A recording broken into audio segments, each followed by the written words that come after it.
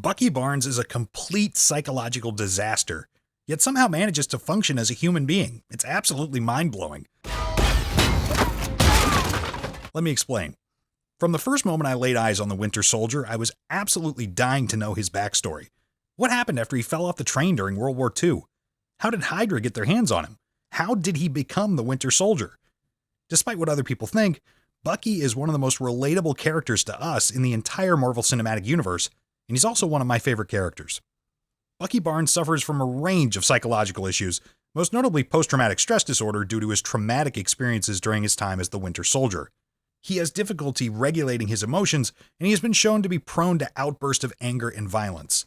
As he attempts to reconnect with his former life, he struggles with guilt and shame regarding his past actions and the pain he has caused others.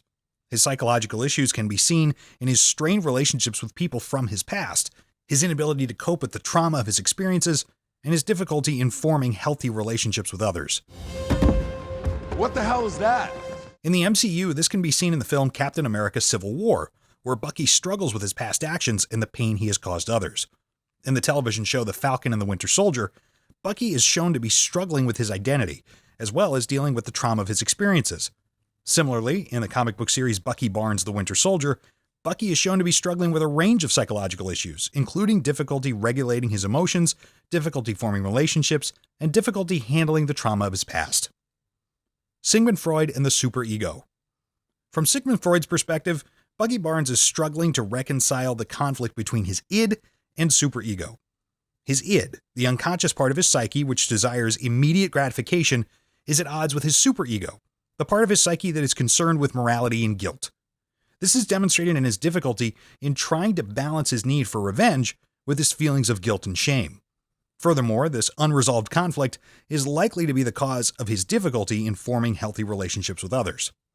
Sigmund Freud explains the superego as the moral guiding part of the mind that suppresses the id's primal drives.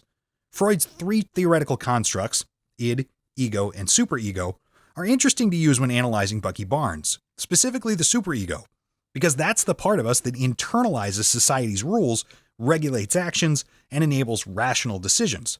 When viewing Bucky Barnes through the lens of the superego, we can better understand his difficulties in trusting others and his reluctance to open up are likely a result of his fear of being judged for his past and of being taken advantage of.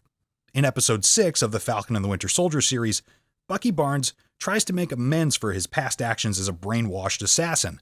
In one scene, he visits the father of a person he killed while under Hydra's control and attempts to apologize and take responsibility for his actions. You couldn't have done that earlier? I hate you. Flashbacks of Bucky as the Winter Soldier assassin can be seen in episode 1 of the show. This scene between Bucky and Mr. Nakajima highlights the complexity and difficulty of trying to atone for past wrongs, and the importance of forgiveness and understanding.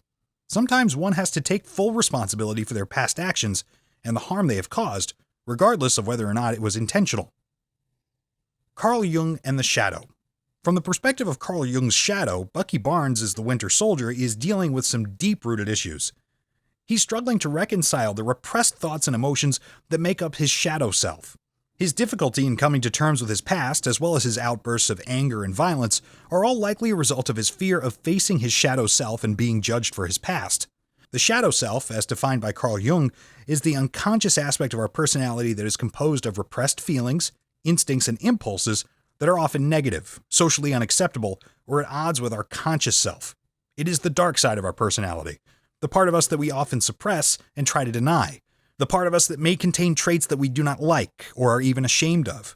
The shadow self can cause shame, but be integrated into our conscious self through personal growth and insight. This leads to acceptance of denied parts of ourselves and a greater understanding of our whole being. Bucky Barnes serves as an exemplary illustration of the complexities between the shadow and conscious self, a difficulty that we as individuals also have to face on a daily basis. Many people can relate to Bucky Barnes' struggles, as we all have our own journeys of self-discovery and acceptance, which can be difficult and requires resilience and effort to understand and find peace. If you like deep character analysis of your favorite shows, subscribe to our channel so you don't miss any future uploads.